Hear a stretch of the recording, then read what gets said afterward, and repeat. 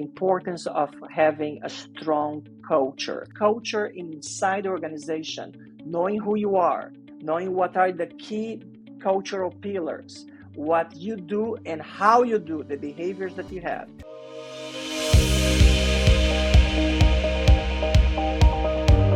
Hey, welcome back to another episode of the Growth and Scaling Podcast. I am so excited today to have a man who has journeyed from the southern half of the world up to the north here to bring us an exciting business and what he's done with the business since he took the helm. Isaac, will you please share with us who you are and what does your business do? Hi, Todd. A pleasure to be here. Thank you for the invitation. It's an honor to be sharing my story, my business story, with your network. My name is Isaac Mizrahi, or Isaac Mizrahi, and I think just by changing the pronunciation explains a little bit that I'm an immigrant. I was born and raised in Brazil, in the beautiful Rio de Janeiro. Love it. And I immigrated to the U.S. approximately 24 years ago, 1999, and it was supposed to be a 3 to 5 years period. I was working at that time with the Coca-Cola company. I moved to Atlanta. And the 3 years became 24. And after Coke, I left and worked in several other companies that I can tell you. But it's been an adventure. And I'm a marketing executive, marketing advertising expert. And in the past 14 years, I've been working at Alma Advertising, which is one of the leading advertising agencies in the US. And my specialization is multicultural marketing, how marketers and brands can leverage their growth business, talking about growth, by tapping into insights of the Hispanic and the multicultural community. I love it. I love it. Now take a step back because I love that journey, but I want to dive into a little bit about what you have been able to do as a multicultural analyst, and then as a practitioner, and then as a consultant / marketing agency that directs to the other Hispanic cultures. How do you fall into that trap? I mean, obviously you are Hispanic and therefore you can say what we're interested in our country, but what types of companies are you helping with this? That's a great question, Todd, because the fact that I was born in Latin America helped me a lot. But I have to tell you, there's a big difference in managing and working with Latinos in the US vis-a-vis working with them in their home countries. I had to study, I read books, I went to conference, I heard from people that came before me in the industry. So I think that, that's how I did the transition. So at one point, the transition specifically happened when I was moving from doing marketing Latin America for Bell South telecom company that today is part of AT&T. And then I was invited to work for Nextel targeting Hispanics in the US. So I had the telecom background as a marketer. Yeah. And they said, you know what, the transition from Latin America to the US Hispanic segment, it may not be that hard. So that's how I did the transition. But I think the important thing, Todd, that I say to everybody, there are 62 million Hispanics in America, 19% of the population, one of the fastest growing population, and actually one of the few segments that actually is growing based on the census data, and a $2 trillion in purchasing power. The question is, but what makes them different? Why my current regular marketing strategies or business strategies may not apply to them? They may apply to them, but partially. I think what makes my role and my industry, to be honest with you, a little bit different is that we understand that a lot of shopping behaviors that the Hispanic population have, they are significantly impacted by attitude, beliefs. They are driven by culture. So the fact that, you're coming raised in another country or raised by parents or grandparents in households they are from Hispanic background may have impacted or may impact the way you see products, brands, and services. Let me give an example to be a little bit more clear. In the healthcare space, the way you eat, the way you exercise, the way you prevent specific diseases by going to the doctor and do your checkup regularly.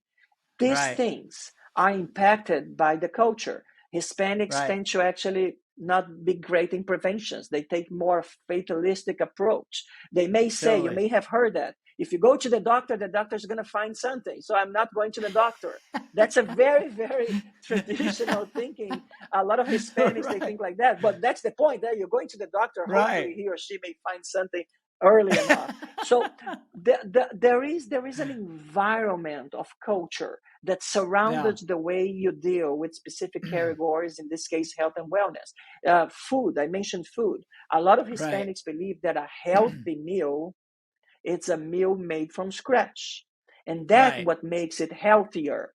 It doesn't matter how much fat, calories, etc. the meal may have. So these things slowly, and they add up. And basically, they create situations that, for instance, Hispanics over-index in diabetes conditions in America, right? And so it's not only advertising in Spanish. Spanish is very important. 2/3 of Hispanic Americans, they speak or prefer to speak in Spanish in their families. And when they consume advertising, they consume content. But it's not only about language, because a lot of us, we are bilingual, right? I get it.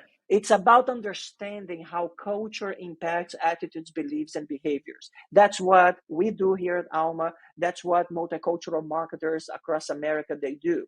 We try to translate, quote unquote, culture into meaningful marketing programs that advertisers, brands, corporations can do to tap into the growth. You ask in the end of the question, what kind of a business? I would say everybody.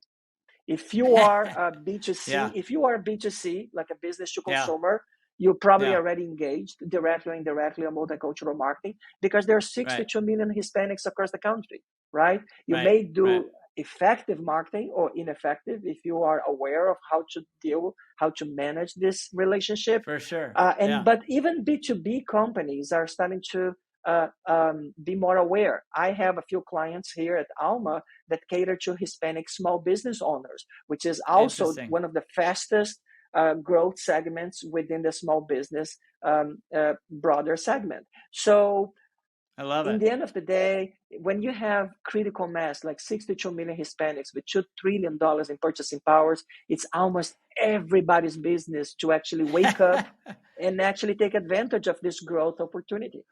I love it. I love it. That's a great pitch. And honestly, this is fantastic. And you've even written a book on this, right? A book, yeah. Let me see. Yeah, here's the book. Oh, there it is.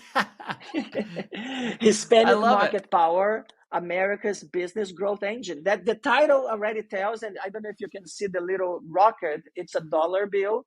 This is a beautiful cover. I have to put my name here because I want to mark this is my working. I work with this book every day. Otherwise, people take it from my desk.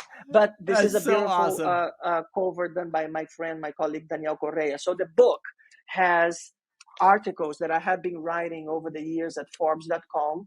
I wrote original content. This is a book that can help marketers to know how to take advantage of this growth opportunity. There are 10 business case studies, Todd, from multiple companies. And I wrote this book to be a guide for business to grow their bottom line, their first line, their profitability by tapping into this segment. I love it. Now tell me this though, because my brain is going 100 miles an hour trying to think of how interesting this is to me, first of all. But second of all, I have a son that's lived in Brazil. He speaks, Portuguese, and I've got a son who speaks Spanish, and he lived in Spain for a few years, and he met people from all over Latin America. And the thing that I hear from all of them is that, yes, they're all speaking similar dialects, similar languages, but every part of these countries is so different from each other. How do you say Hispanic marketing without kind of missing the targets, because each country has such a different need set? Do you see that, or how do you address that in your approach? That's a question that I get a lot, and you're right. Not only every country within Latin America is different, every individual is different. Even if you talk about white Caucasians, Anglos, we cannot say that everybody is the same, right?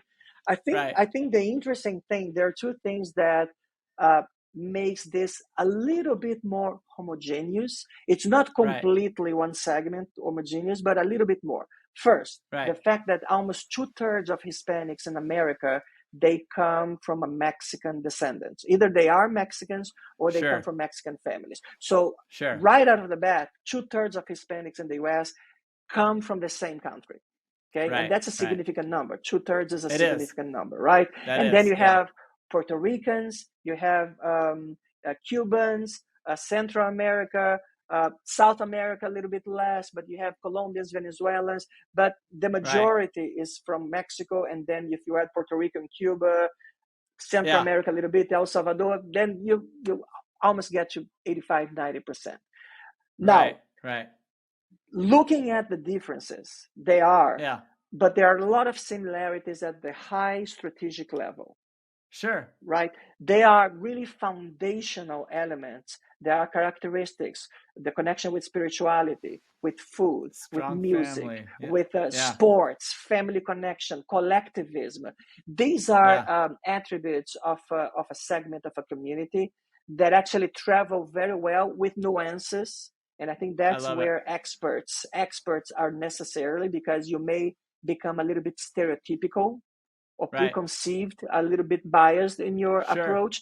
So it's important to have the experts. But these pillars, these cultural, attitudinal pillars, travel well and allow us to have a message that's, when well done, it doesn't matter where from the Hispanic countries of origin you or your family may be from, you still have a sense of belonging and a sense of pride to be Hispanic. I think you're just a few seconds to let you know about a project that we've been putting together for the last several months, and we're finally launching it, called the Captain's Council.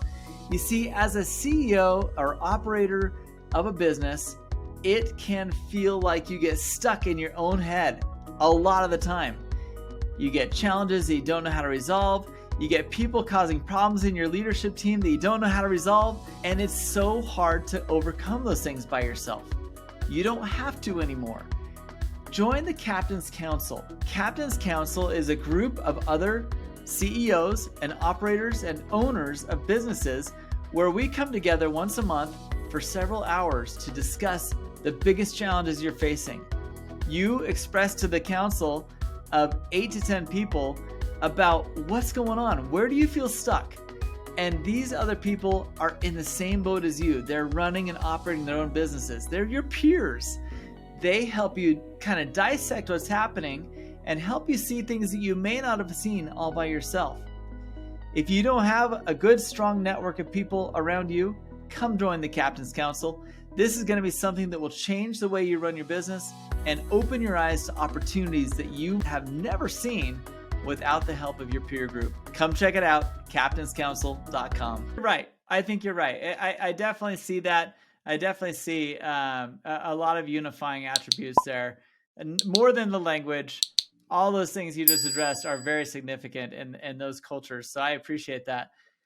Now that we know a little bit more about the business and who you're serving, dive in a little bit deeper, because I mean, to say that you jumped in 11, 12 years ago and took the reins and tripled the size of your company, how does that happen? I mean, what did you do differently to kind of build on the foundation blocks that your mentor had done before you?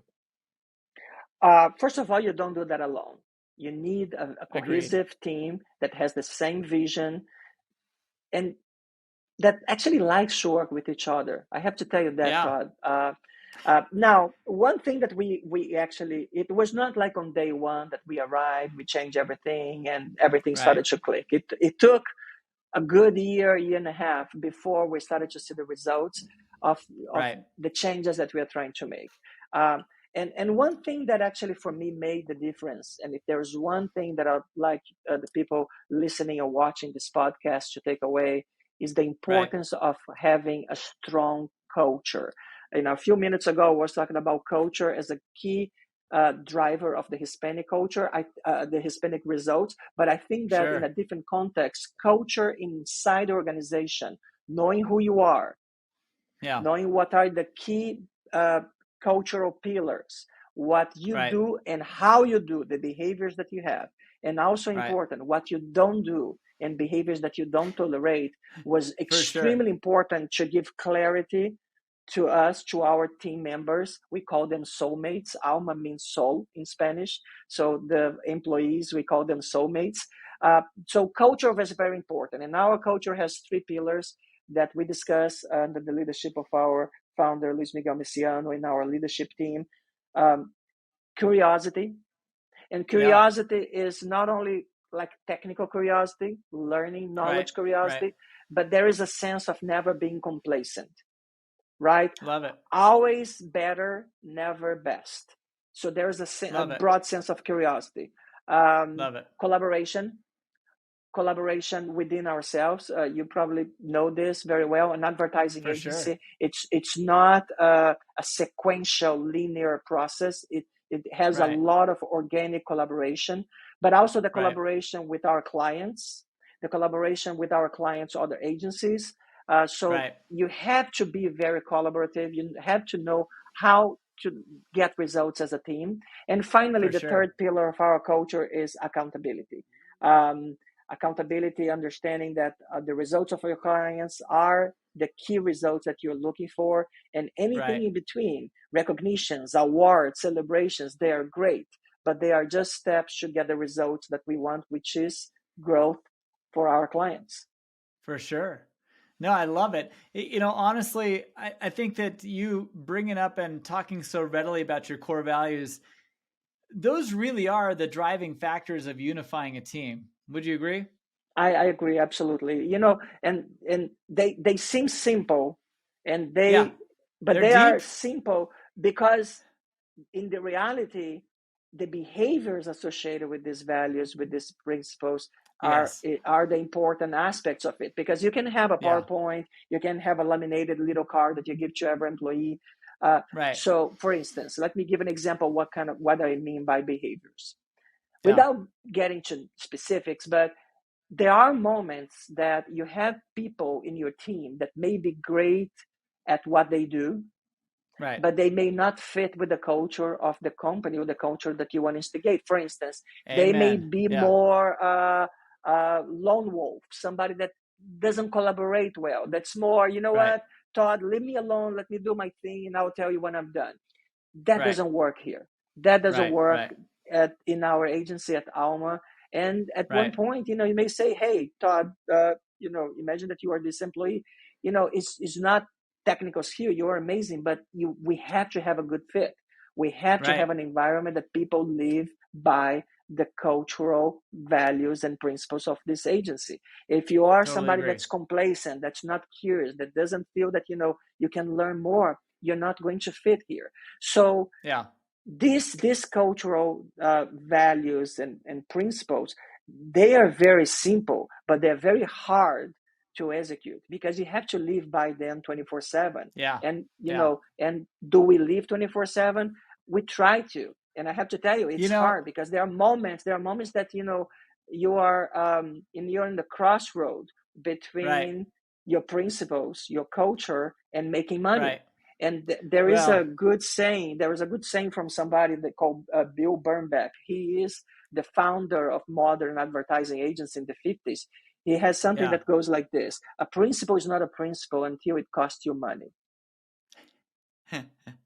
Right. And I think this is brilliant because there are moments that you actually even have to sacrifice short-term revenue or profits if Right. you know that you're doing that based on your values and principle and your culture, because you're building a Totally business for agree. the long run. Totally agree. And honestly, it's hard to stay engaged in any operation that you don't align your personal values with. If it doesn't match, if there's conflict between yourself and the operation you're trying to work for, it's almost impossible to stay happy there. But when you have people, when you do as you have done, which is outline your core values the way that you have, your 3 pillars and the message of Alma and what it means, those things resonate with people both on the customer side as well as on the internal side. And you start to attract the right kind of employees that say, those are my values too. I align with you. I want to work with you. Have you seen that Absolutely, and happen? and It's absolutely, it's interesting because as a leader of an organization, of course we have KPIs, key performance Yeah. indicators, and of Yeah. course some of them are common no matter where you are. You're talking about revenue, you're talking about profits, Right. margin, but in our business, our leadership team, we also look at employee engagement. That's Right. a key KPI, and there's a twice a year research anonymously, research that gathers through probably 50, 60 different questions, different Right. dimensions of engagement. Right. And we track this as we keep and we track other revenue financial KPIs. It's Right. as important. And part of this employee engagement survey talks about the culture and I love understanding it. of the culture and adherence to our culture. I love it. This is very, very cool. So tell me a little bit more. I mean, I mean, that's a fun story. First of all, you came up for an internship, just a job. I mean, were you already working with Coca-Cola before you came up? And they brought you up, exposed Yes, you I to, was working in they brought me. that Yes, is so I cool. was working the Brazil division. I was an executive there, and they offered me an opportunity to work in the Latin American division. The headquarters was in Atlanta, Yeah, and they said, you know, it's going to be probably a 3 to 5 year period here in Atlanta. You may go back to Brazil after, you may go somewhere else. that's so cool. These things you never know, right? It's hard to predict the details of a career, of a Right, journey. right. And I had a great time. I had a great time, and became an American citizen. Very And cool. now I have two American-born boys, uh, raising a multicultural family. Awesome. I love it. I love it. Now, this is a very cool story because what you did after is even more exciting. Tell us about what happened and how did you get acquainted with Alma? And obviously with that acquaintance, you obviously took the helm at some point. How did that journey take place? Because I think a lot of people, a lot of people listening are founders, but I would say there's a huge part of our population who come in as employees first and then take the helm as a CEO. How did this all happen? This is exactly what happened. I was working in marketing and advertising. My last job before joining Alma 14 years ago was I was the head of multicultural marketing for Awesome. Sprint, the telecom company that Awesome. was acquired by T-Mobile later. So I had, significant experience in the market. And at that time, the founder of Alma, my mentor, my friend, Luis Miguel Messiano, Yeah. was looking for, at that time, a managing director, Right. somebody to lead the business side. Luis Miguel is a creative leader, so he wanted like a counterpart, Right. left side, right side of the brain. So he was Right. looking for a business leader. He has heard about me. I haven't had much contact with him. Yeah. Through networking, he heard that I was looking for opportunities outside Sprint. He was looking for somebody. Awesome. We met in the cafe in New York. The agency is based in Miami.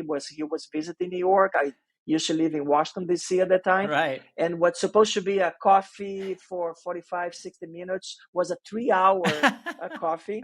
And the next day he said, I want you to come. And so I joined the agency 14 years ago. And since then, under his leadership, with an amazing leadership team Right. here at the agency, we were able to triple the size of the agency in revenue, in profits, in reputation, Right. in new business, in headcount. So it's been a tremendous journey to make Alma one of the leading agencies in the country. That is so awesome. I love it. This is fantastic. Honestly, for those listening, if you are at a point in your business where you've launched, you've had good revenue going, you're kind of moving forward. If you haven't established your core values, if you haven't established your mission and what you're trying to accomplish, you're not going to see the type of growth, that tripling effect that Isaac's seen in his business won't happen unless you really sit down with your leadership team, come up with these things together and establish protocol of how you treat each other, how you build the culture of community that you want to have in your business. Absolutely. In the end of the day, making money is good, but it cannot be the only objective of your business, right? You have to have some right. purpose. And the agency was founded by Luis Miguel Messiano with the idea to elevate the quality of the perception of Hispanics in America. And Love of it. course, we have Love evolved it. this to a more multicultural America, to a more Yeah. diverse America. But that was the original vision when this agency was founded. I love it.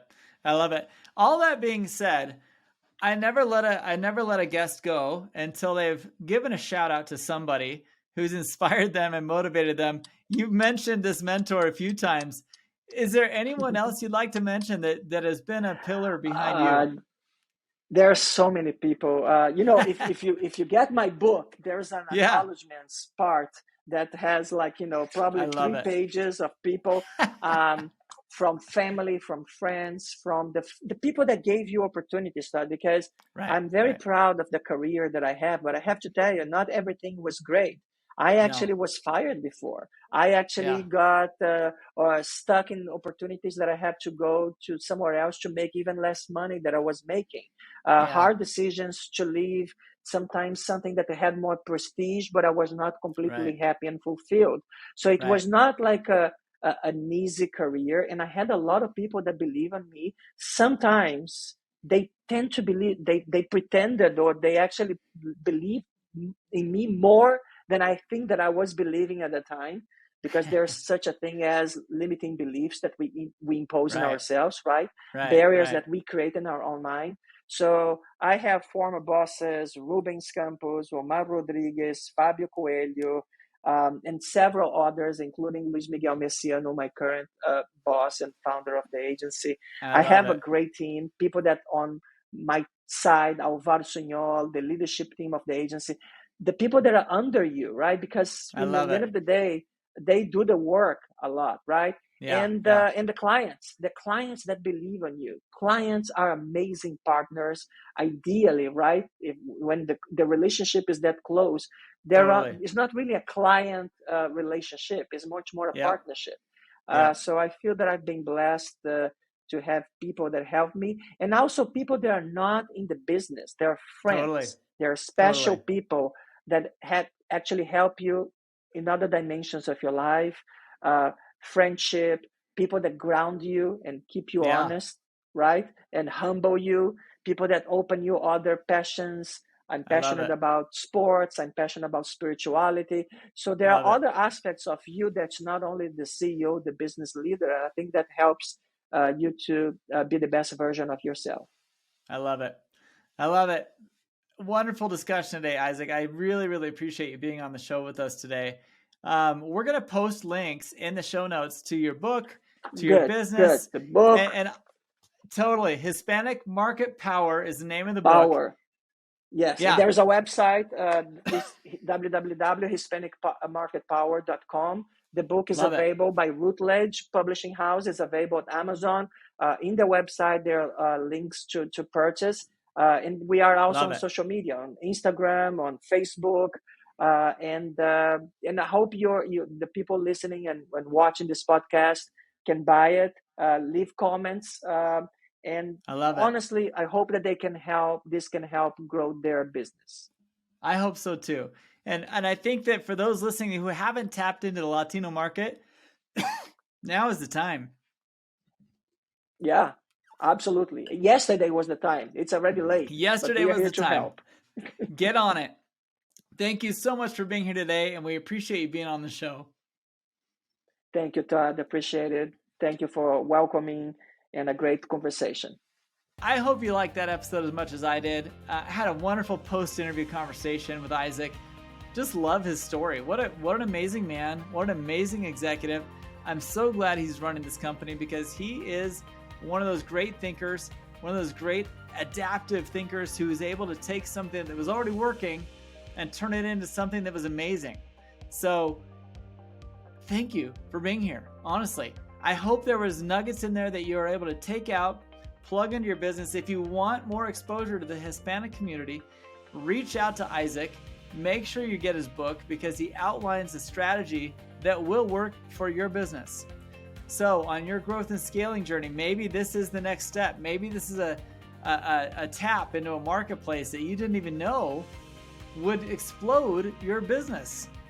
Think about it. Let's get you there. And I appreciate you so much for being here on the Growth and Scaling Podcast. As always, like, share, subscribe, Share this episode with someone that needs to hear it or see it, and we appreciate you being supporters of the show. We'll see you on the next one.